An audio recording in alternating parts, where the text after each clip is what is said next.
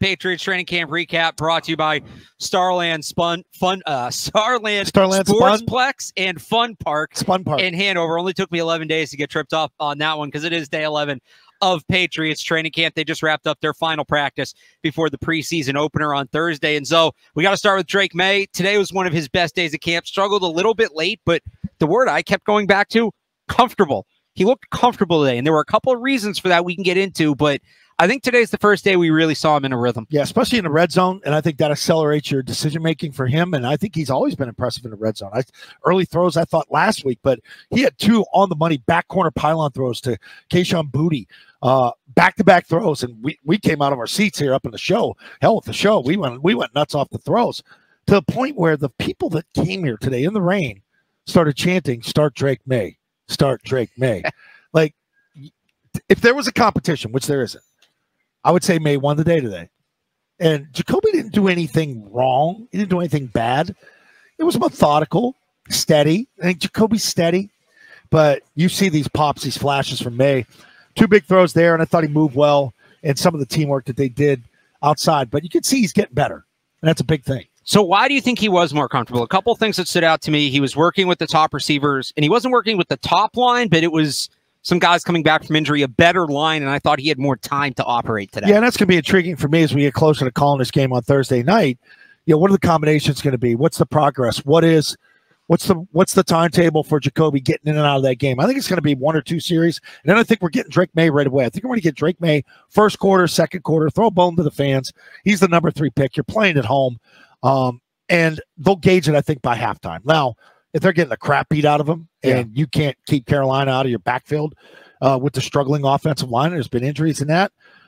Maybe if they solidify things more in this game, that Drake will play longer. That's the only way I look at that. The one thing I would like to see, and this goes back to how they used to handle it under Bill, can he at least get the turn at halftime? Because they would talk about the first drive coming out, playing that first drive of the third quarter. It's very important. You get used to going into the locker room with going with the coaches, making the adjustments you want to make, and then executing them. And I'm with you. Like, if they can't block anything, and who knows who's going to play for Carolina? Is Brian Burns going to be out there? I think not. But they're not even playing Bryce Young. Like, how do you not play Bryce Young in this game? That's already he needs it. That one surprised me today. That's stupid.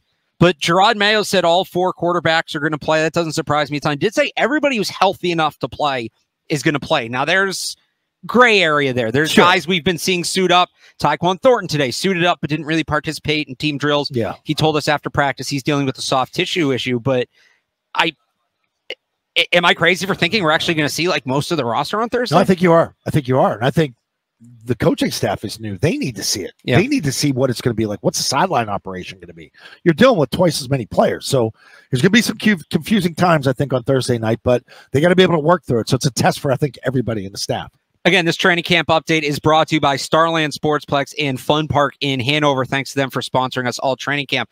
Let's talk a little bit more about that offensive line. Pieces in and out. David Andrews back today. City So didn't take part. I don't know if that was a rest day or what. Calvin Anderson said after practice he was fine. We're still seeing Caden Wallace at that second unit. He got shaken up at one point during practice but came back. It just feels like there's still no continuity there. Gerard Mayo has given the second preseason game as the date when he's asked, when do you want to know your offensive line? He said by the second preseason game. You got to pick 5 and roll with it. We're now 9 days away from that. It's all about continuity up front. Yeah, we talked to Calvin Anderson today, the guy that had the bout with malaria a year ago, missed some football. Looks like he's your starting right tackle. And I know Chuck Sikorafor's been in the dumpster there. Like, he's got to get out. He's got to get healthy. Yep. And you got to get him up and running on that left side because right now I don't think Wallace is going to be able to handle it. And I know Vidarian Lowe's been out there, but I want to kind of move past him. I'm hoping that Thursday night kind of pushes that issue, right? It has to. If they're out there Thursday night, like, you're going to give this group a look. That's what you got to give them a look in a game. You can't judge it on practice. But if Vidarian Lowe's out there and he can't hold up, it's time to see Caden Wallace. Like, that should be the message. And look, if Vidarian Lowe's good, then okay, he gets another shot. Wide receivers, Javon Baker, great day today. A couple of highlight catches, looking like a real threat in the red zone. People getting excited over there for him. Like, these young kids are popping, they're flashing, and I like the way they compete. I like the way they fight for the football. So I haven't seen that in a while in a draft pick. As we talk about, as this Brandon Ayuk thing looms, and I want to get your thoughts on that, Zoe, but I think what's important to understand is Brandon Ayuk alone won't fix the offense. He's a good player. It's not taking anything away from him, but the hope is he's going to come in, dictate coverage, he'll still win when he's getting extra attention, but you're going to open up one-on-one opportunities for your other receivers. And we've seen Javon Baker, Jalen Polk in this camp show, they can win one-on-one. So adding Ayuk would be great, but we're also seeing that they have the pieces, if they add Ayuk, to maximize on what that addition can do. What are your thoughts on the whole Brandon Ayuk I worry about situation? a guy like that shooting his way out of San Francisco. We were good for so many years here, and we are a contender every year. You talk about the divisional game, NFC title game, AFC title game. He shoots his way out of there. He doesn't care about winning. He cares about the money. And it just solidifies for me my belief in that position. There's two positions in this league, corner and wide receiver. You're different than everybody else. That's where the divas play. That's where the best of the best play, and they always want to get paid top of the market. He's going to get top 5 money, which is you're going to be paying him north of $30 million a year, and it's going to be well over 75 to 80 million guaranteed. That's the average of the top 5, or else this still doesn't get done. So the structure's in place supposedly for Amari Cooper if it's Cleveland. Yeah. I think they actually get a better wide receiver in return from a guy that knows how to run routes. And a guy that's healthy. Ayuk for me is a shoot player. It's a check guy, and that fits that West Coast stuff. Now, Amari's guy runs double moves and runs comebacks and curls and digs, and that's his best thing. And that might be better for San Francisco at this point. Let me ask you this, as a guy that's been in locker rooms, because I think this is a very interesting angle of all this. The report last night from NBC Sports Bay Area was, if the move happens, this move that the Patriots and Niners have agreed to, pending Ayuk agreeing on an extension, that Kendrick Bourne would go to San Francisco. I'd want him if I were them. He was good at the would too. That's when I liked him. Yeah. But this is a guy the Patriots signed to a new contract 6 months ago. And honestly, with Cleveland, Amari Cooper just got a new deal like 2 weeks ago.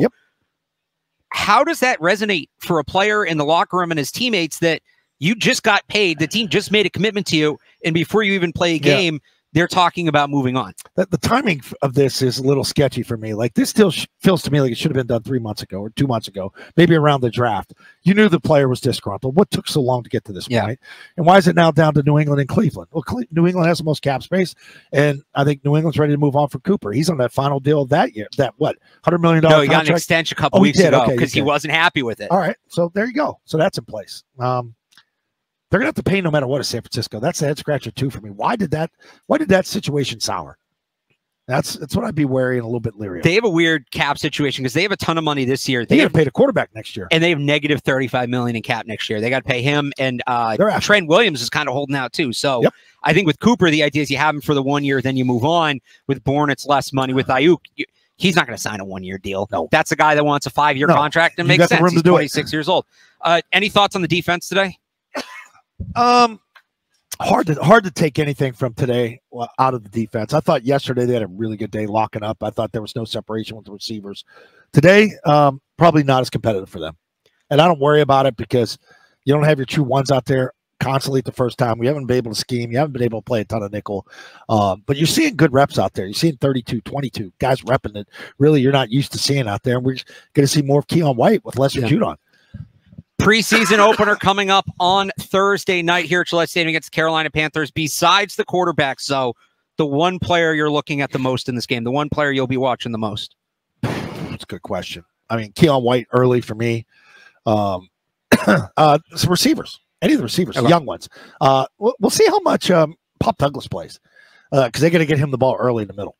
I'm going to go Christian Gonzalez. We've talked about him struggling a little bit in camp, but at the same time, talk to people. He's one of these guys that's a gamer. When the lights come on, right, he shows up. Yeah. Let's see it. It's a game. Let's see the gamer game. Right. And I'm hoping he does. Let me know what the coverage is. Do I have help or don't I? That way I'll know how I'm covering. Right. One-on-ones, I don't buy a lot of I think he has a good game. I think he has a bounce-back game Thursday night. We'll be back. I think the Patriots are back on the field on Sunday is their next practice. Yeah, you won't see me. You won't be here. I'll have a recap at some point on Sunday. Attaboy. Make sure you subscribe to the Sports Hub YouTube page and follow the Sports Hub on Twitter to get these updates. And myself and Matt Dolph will have coverage on today's practice and looking ahead to Thursday night's preseason game on 98.5 thesportshub.com. So, Zoe, enjoy the call Thursday night. Thanks, buddy.